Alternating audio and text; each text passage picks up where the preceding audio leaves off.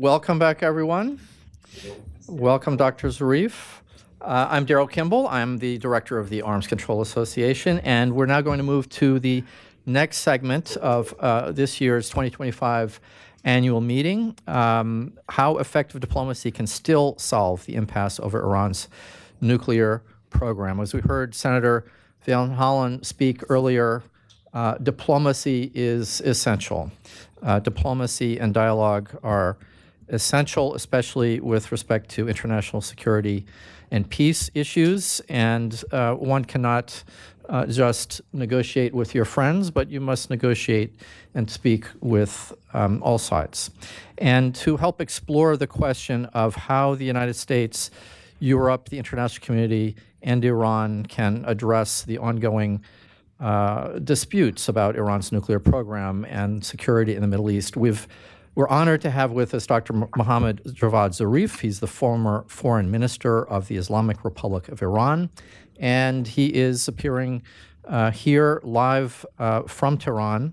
And we're very grateful to all of the people involved in the communications between here and Tehran and our team here that this is working.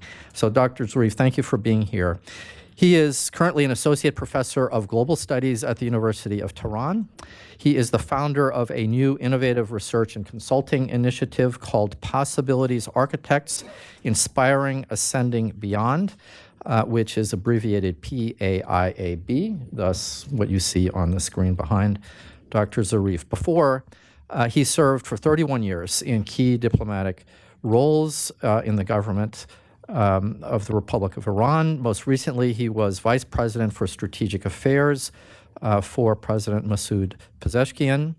And of course, many of us, in fact, I think all of us know him from his period between 2013 and 2021 when he was the foreign minister and Iran's chief negotiator for issues relating to the nuclear program, and he is one of the co-authors of the 2015 Joint Comprehensive Plan of Action, which was one of the most sophisticated agreements in the history of nonproliferation diplomacy. That agreement, as you all will recall, acknowledged Iran's option to enrich uranium under safeguards, put intrusive inspections in place, and promised to lift economic sanctions. But as we all heard before from Senator Van Hollen, I'll just remind us again, not long after the JCPOA was concluded and implemented successfully, the United States under President Trump withdrew in 2018, imposed many of the U.S. sanctions, which led Iran, beginning in 2019, to build up its uranium enrichment capacity, its stockpiles, and to reduce cooperation with the International Atomic Energy Agency. And since then, both sides have missed opportunities to restore compliance and reach a new confidence-building arrangement, restore compliance with the JCPOA. And now we are at a critical moment. In the wake of the Israeli-U.S. military strikes against major Iranian nuclear facilities, we're entering a new and more difficult phase. And these strikes, which were illegal under international law by two nuclear-armed states on Iran at their nuclear sites under safeguards, inflicted heavy damage, but did not eliminate the program. It also disrupted promising diplomacy and halted the IAEA's monitoring mission in Iran. So, as you heard earlier, European powers have moved to snap back the international sanctions that were lifted under the terms of the JCPOA. And if that happens this weekend, this will effectively end the JCPOA era. The Europeans say they want Iran to present a detailed report on its nuclear sites and a time frame for visits for inspectors, direct talks with Washington. Iran has expressed it wants diplomacy, but assurances there'll be no further attacks and recognition of its rights to a peaceful nuclear program under the NPT, among other measures. So unless there is a breakthrough in the next 24 to 36 hours, the sanctions will snap back. And this may trigger a new and deeper nonproliferation crisis. On the other hand, if there's a solution, it may open the way for new solutions to prevent proliferation in the Middle East in the years ahead, such as a potential regional nuclear cooperation consortium, as Mr. Zarif has written about recently in an essay that was published in The Guardian in July. So because the Arms Control Association believes that nonproliferation challenges are best solved through constructive, direct dialogue and common sense win-win diplomatic outcomes, we've asked Dr. Zarif, in his capacity as a private citizen, to join us at this critical moment. As one physicist, Tom Countryman was talking about a physicist before, as one physicist, Albert Einstein, who you may have heard of, once said, "Peace cannot be kept by force, it can only be achieved by understanding."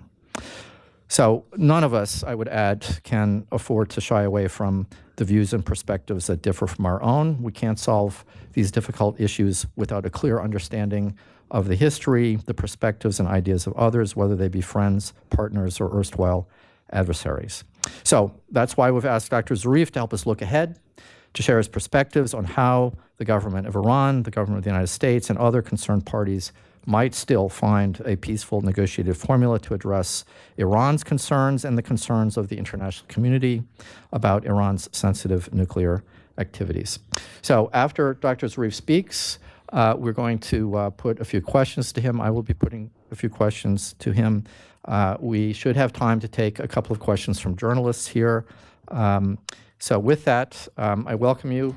Javad, thank you for joining us. The floor is yours. Bismillah ar-Rahman ar-Rahim. Thank you very much, and good afternoon to everybody. I'm pleased to join you from Tehran, not as a government representative, but from the nascent Payab Institute, an NGO that is dedicated to architecting inspiring future possibilities instead of remaining prisoners of our pasts. Ladies and gentlemen, in the past 3 decades, Iran's nuclear program has been approached from 2 interrelated perspectives. Iran's adversaries have considered it a clandestine program to build nuclear weapons and to engage in what they called nuclear blackmail. Netanyahu has repeatedly claimed that Iran is a few weeks or months away from a bomb.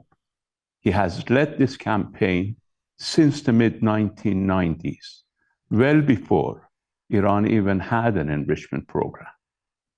On the other side of the spectrum, more reasonable observers have considered Iran's enrichment program as a lawful program to acquire the so-called legal capability.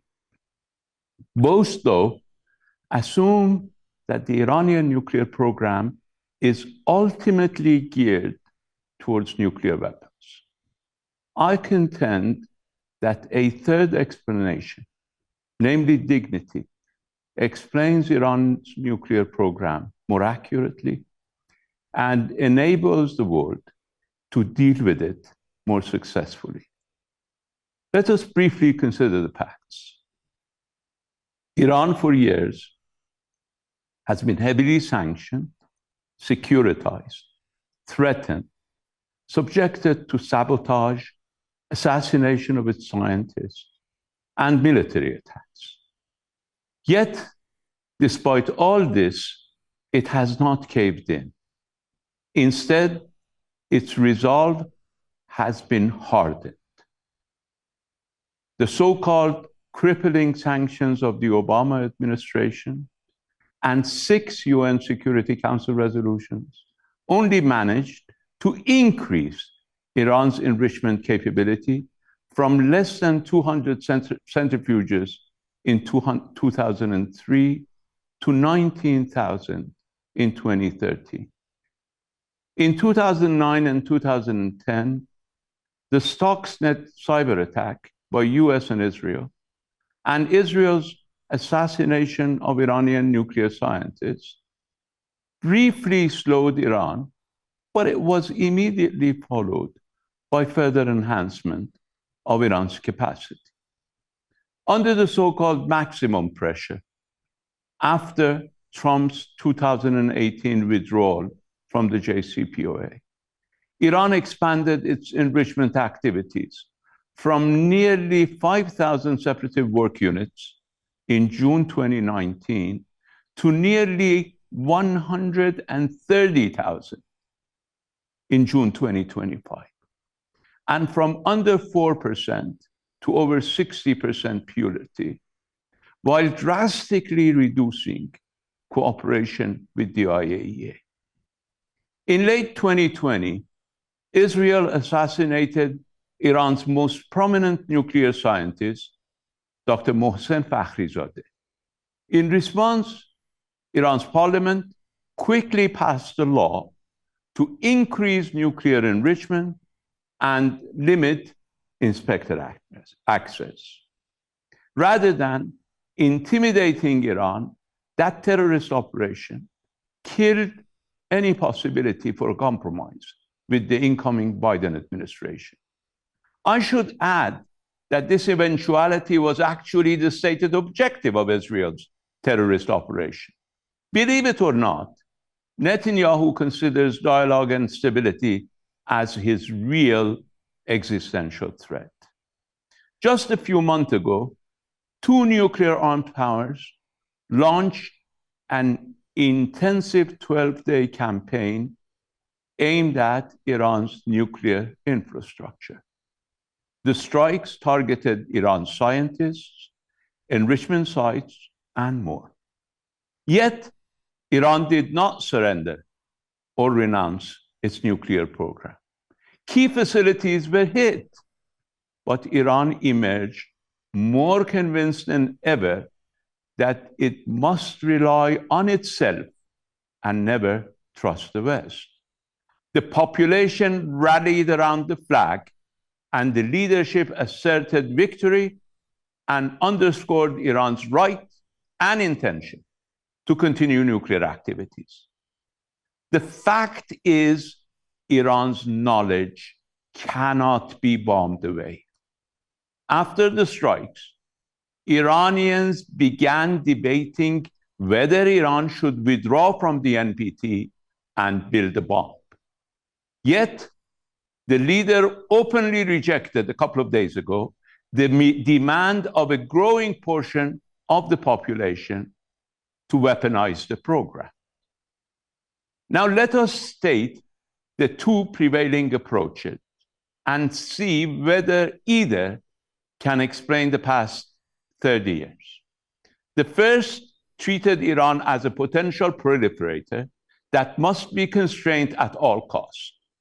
The second assumed that Iran's goal is to obtain at least a latent nuclear weapons capability, the so-called legal capability, for deterrence. Both tend to interpret every Iranian action as dishonest, as part of a secret bomb plan, or at least an ambition to be one step away from a bomb. Both have prescribed to treat Iran as a problem to be tackled by pressure, sanctions to choke off its economy, inspections to catch any illicit activity, military action to set back its progress, and even regime change to remove the so-called threat. Now, after over 30 years of standoff, it is evident that both these conventional perspectives need serious reassessment. If either of those interpretations were even partially accurate, we would not be where we are today. If Iran wanted to build a bomb, it would have done so by now, having paid a higher price for not having a bomb than those who actually built them. Why has it paid such a high price without finishing the job that 30 years ago Netanyahu claimed would be done in 6 months? If Iran wanted to engage in nuclear blackmail, why has the counter blackmail of sanctions and brute force failed to end it? Why has it not been compelled by economic pain to give up its nuclear work for the rather lucrative offers of normalization of ties, investments, and so on?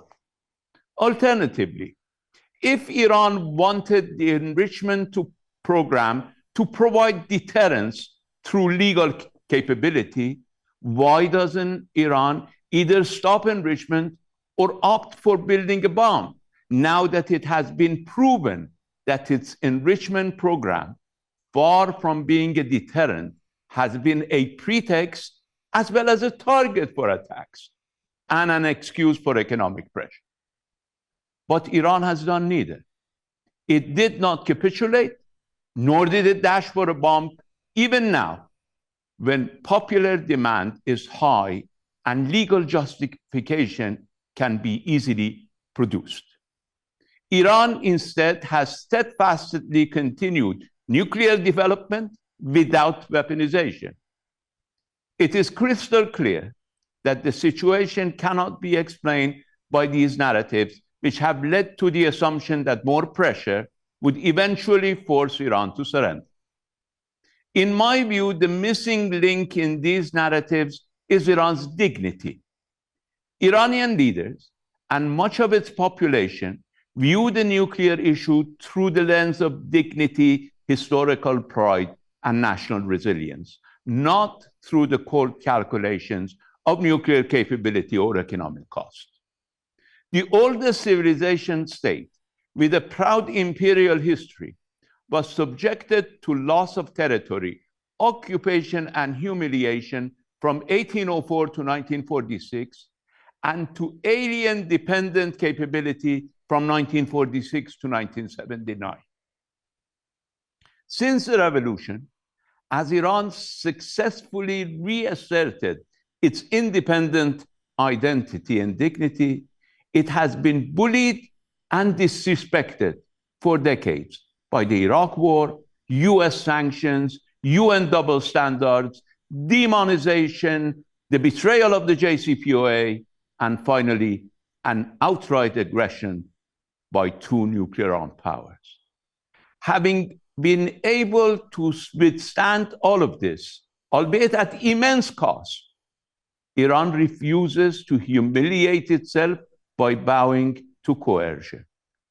For Iran, maintaining a nuclear program in the face of external pressure has become a symbol of independence and honor, and one cannot put a price on this. The truth is that while the world has looked at Iran's nuclear program primarily in terms of non-proliferation, Iran's leaders and much of its population have been looking back at the world through the prism of dignity and national pride. This fundamental disconnect of perspectives is at the heart of our failure to resolve the issue. The nuclear negotiations leading to the JCPOA in 2015 acknowledged Iran's dignity by recognizing its enrichment capabilities. Treating Iran as an equal enabled Iran to accept limits and unprecedented monitoring. That agreement was possible only when the US and others engaged Iran on the basis of reciprocal mutual respect. That did not last long, as old habits die hard. Trump withdrew from the accord and resumed the failed approach, and President Biden followed suit. Europe self-righteously faulted Iran, while the EU itself lacked the will or the power, or both, to fulfill its own commitments in the face of resumed US sanctions. Worse yet, the three European countries openly endorsed war against Iranian nuclear capabilities. Having failed to achieve that objective through war, they hypocritically resorted to peaceful means within the JCPOA to achieve the same illusion of dismantling Iran's nuclear program. Based on the same convoluted perspective, the German chancellor endorsed Israel as doing the West's dirty job. And Trump, only 2 days ago, said, and I quote, "World's #1 sponsor of terror cannot even be allowed to possess a nuclear weapon," end of quote. I have news for Merz and Trump. The world's most dangerous state terrorist is already armed with nuclear weapons. genocide and forced starvation against 2 million people in Gaza, apartheid and settler violence against millions more in the West Bank, weaponized pagers, carpet bombing, and destruction of infrastructure against civilians in Lebanon, Syria, and Yemen, and murder of all 23 members of an extended family, or 86 residents of an apartment building in Iran to kill 2 scientists. And all of that just in the last 12 months. Its terrorism extended even against countries that contemplate normalization with Israel. Murder in Dubai in 2010 and airstrikes in residential areas in central Doha earlier this month. Yet it sits outside the NPT and is believed to hold nearly 200 nuclear warheads. It faces no sanctions, but receives generous aid, even as it openly boasts about its terrorism, aggression, and genocide. The impunity has reached a level that it even publishes books about them. Rise and Kill First, The Secret History of Israel's Targeted Assassination is the name of one book. Make no mistake, Israel's ultimate fear is peace. Netanyahu admitted that he made it his mission to destroy the Iran nuclear deal, but his aversion to stability is not limited to Iran. He has destroyed every opportunity for peace in Palestine since the 1990s. The so-called dirty job that he claims to be doing for the West is the illusion that regime change will magically resolve the nuclear issue. Netanyahu knows that pushing for regime change only reinforces Iran's threat perception and encourages it to double down on its position. Moreover, Iran obviously has the capability, and it is only restrained from building a bomb because of the current strategic and religious doctrine.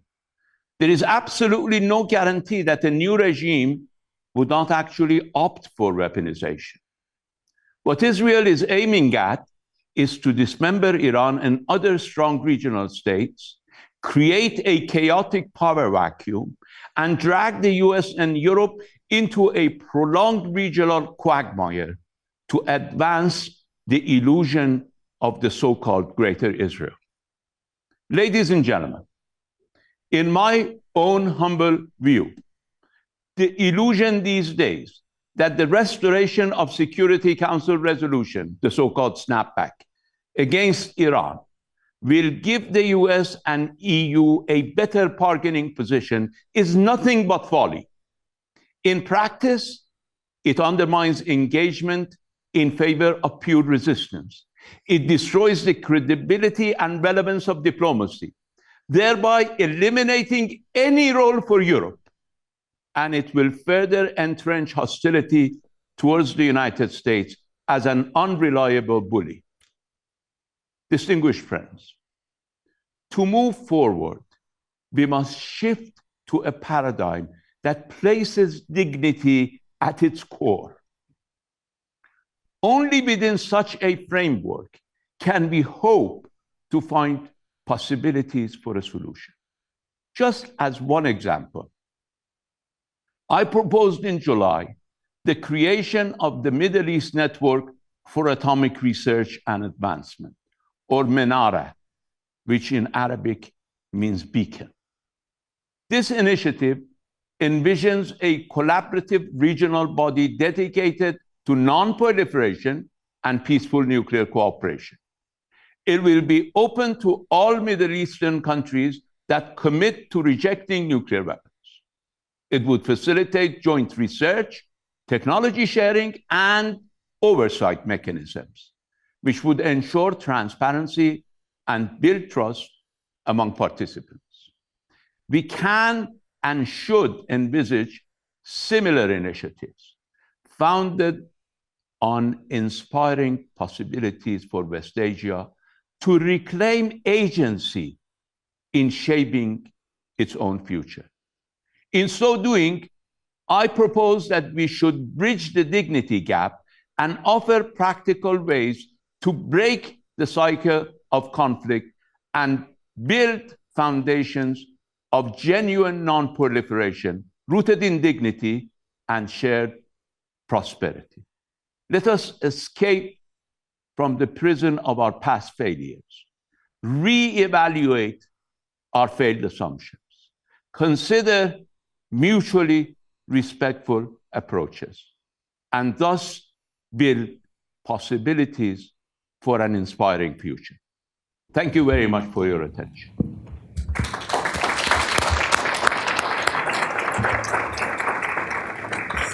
Thank you, Dr. Zarif. You have covered a lot of ground, a lot of recent history. And thank you for giving us your perspective on our common history on this issue for the last several years. But as you say, how can we break the cycle of escalation? As we sit here today, diplomats in New York, your current foreign minister, Mr. Arakchi, and others are busily seeking answers to the current conundrum that we find ourselves in ahead of this deadline that could lead to the snapback of the UN sanctions. So I wanted to ask you a couple of questions about how we move forward. And I would start with, I think, what is an obvious question, which is, given the circumstances, given the constraints, given what has happened up until now, what particular formula could the two sides agree upon in the next 24 to 36 hours, however long they have, to address the concerns that the E3 have, the needs that Iran has, what the IAEA is looking for, so as to provide more time and to head off a possible deeper crisis and to push off the snapback of sanctions. So if you could very briefly, I mean, what do you see, given what you know your foreign minister has been saying, what the E3 are saying, what is the formula that might move things forward in this 12th hour? Well, I think it is important for everybody to see what would be the possibilities day after snapback. I believe it will not add to anybody's leverage. It will only make it more difficult to reach a solution. There were conditions by the EU. Minister Arakchi believes that he has met those conditions by signing an agreement with the Director General of the IAEA, Mr. Grossi, and offering to continue negotiations, which the United States broke, actually, which Israel broke, by bombing the negotiating table. So I don't know what Europe is looking for. The consequence of what Europe is doing will be only to disqualify itself as a partner in the negotiations.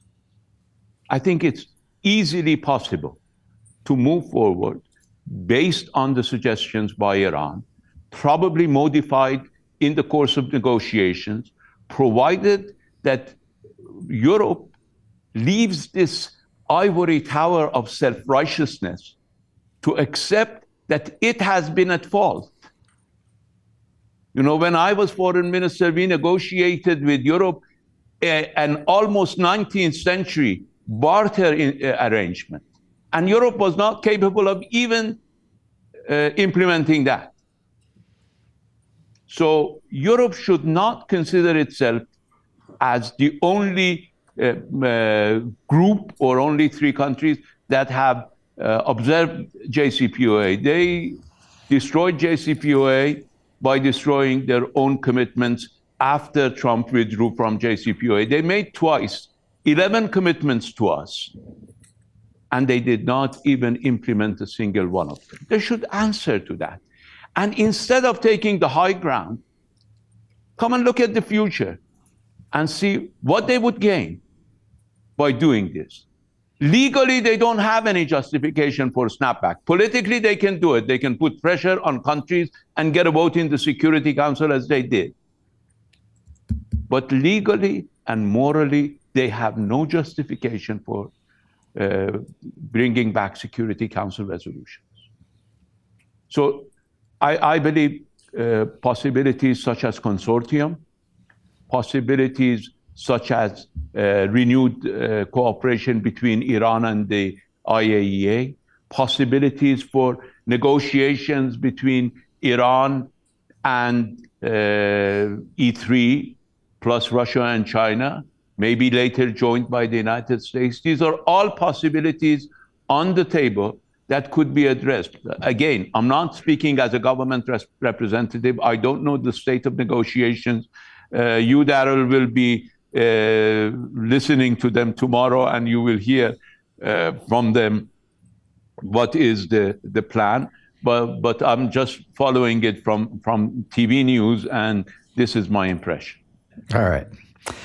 So given the difficulties, and I think it's fair to say the unlikely possibility that there will be an agreement in the next 24 to 36 hours, it looks like snapback will happen. So I wanted to ask you, we got a couple of questions in this regard.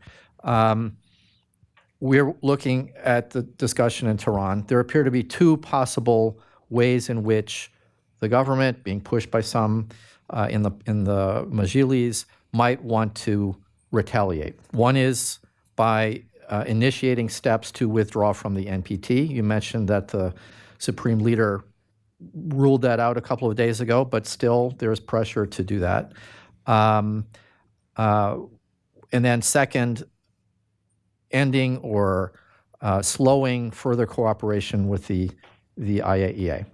And let me just, before I ask you to address the question about those two things, let me note that it is hard for me to understand how initiating withdrawal from the NPT is going to assure the world that the program is peaceful. It is befuddling to understand how ending cooperation with the IAEA is in Iran's interest, because it is in Iran's interest to show that the program, what the program is doing, that Iran is not crossing weapons thresholds. So your perspectives on, as an observer, as a sharp analyst inside Iran, how will this play out in the next few days? And what is your personal opinion about whether either of those two approaches is wise and why it would not be wise? Sir. Well, the argument of those who underscore the need for further cooperation is extremely weak now, because the cooperation, I mean, after Trump withdrew from the JCPOA, Iran fully cooperated with the IAEA for a full year, and implemented the JCPOA for a full year. If you look at the report of the IAEA in June 2019, you see that Iran continued to implement its obligations, while Europe didn't do anything, and United States obviously withdrew. So arguing that remaining committed to these international instruments in a one-sided manner does not hold a lot of persuasion here in Iran, in the public opinion and in the parliament, which has never been very friendly to JCPOA or to these agreements because of the record, actually. I don't want to blame them. It's actually the very bad record of failure after failure of the US and Europe in abiding by their own commitments, in simply fulfilling their promises. So this is as we stand now. Now, withdrawing, or giving notice for withdrawal from the NPT does not mean building a bomb. It means that Iran does not want to engage in a one-sided agreement. I don't endorse it, but you can understand it.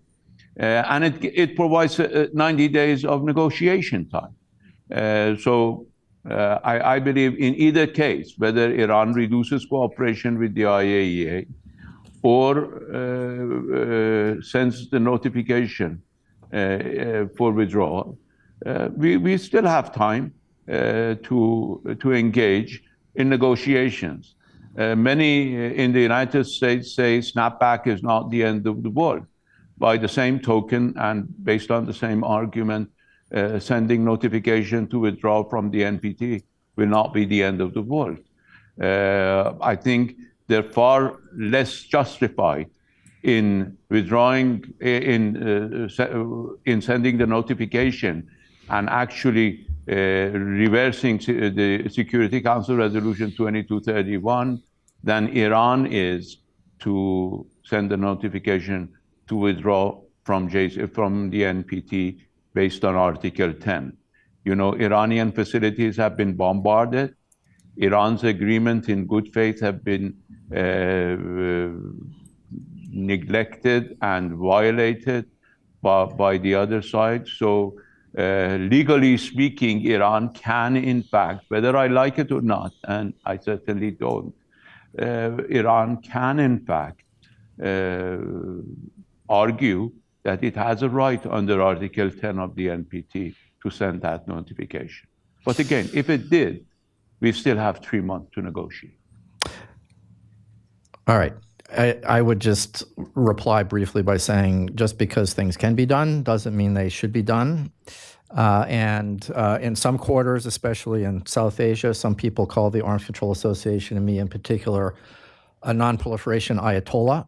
So I would just note that there is, in no universe do I see value in moving towards a state part of the NPT moving away from the NPT. And it would definitely reinforce the concerns that you spoke of so eloquently in the United States about Iran's malintentions with respect to the bomb. So you know that, I know that, but I feel obliged to make that comment. But let me I'm sure. Yes? I'm sure you will agree with me that withdrawing from JCPOA and moving to snapback would fall within the same argument that you just made. We were extreme critics of the withdrawal from the JCPOA, and we have bemoaned the trajectory of events leading up to now. But we are in the situation we're in. I would also just note, I mean, you were talking about some of the reasons why Iran might back out of its commitments to cooperate with the agency. Those commitments are part of its NPT obligations, of course. And, you know, you spoke about this regional nuclear cooperation architecture. I'd like you to expand upon that a bit more for those who didn't read your piece in The Guardian. And I would just note that it seems to me it would be much more difficult to pursue something like that, which is something, as you've written, could be pursued by the states in the region under their own direction. Doesn't require the Europeans, the Americans, anybody else's permission.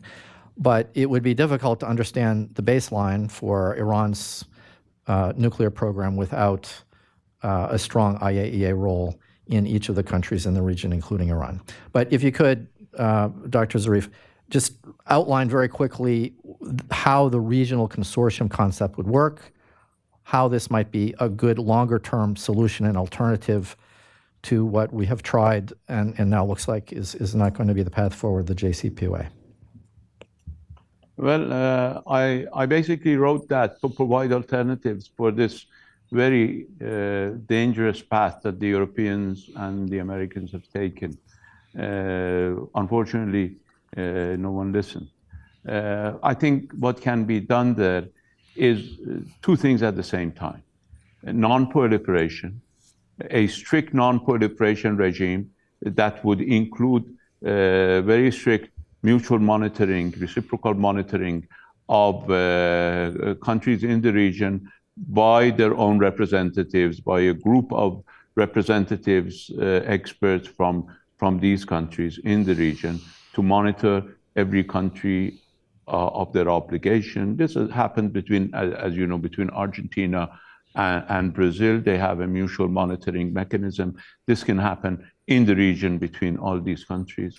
At the same time, it can include cooperation. Now, various countries in the region have various nuclear programs. Iran has the enrichment capability, the knowledge, the technology for enrichment.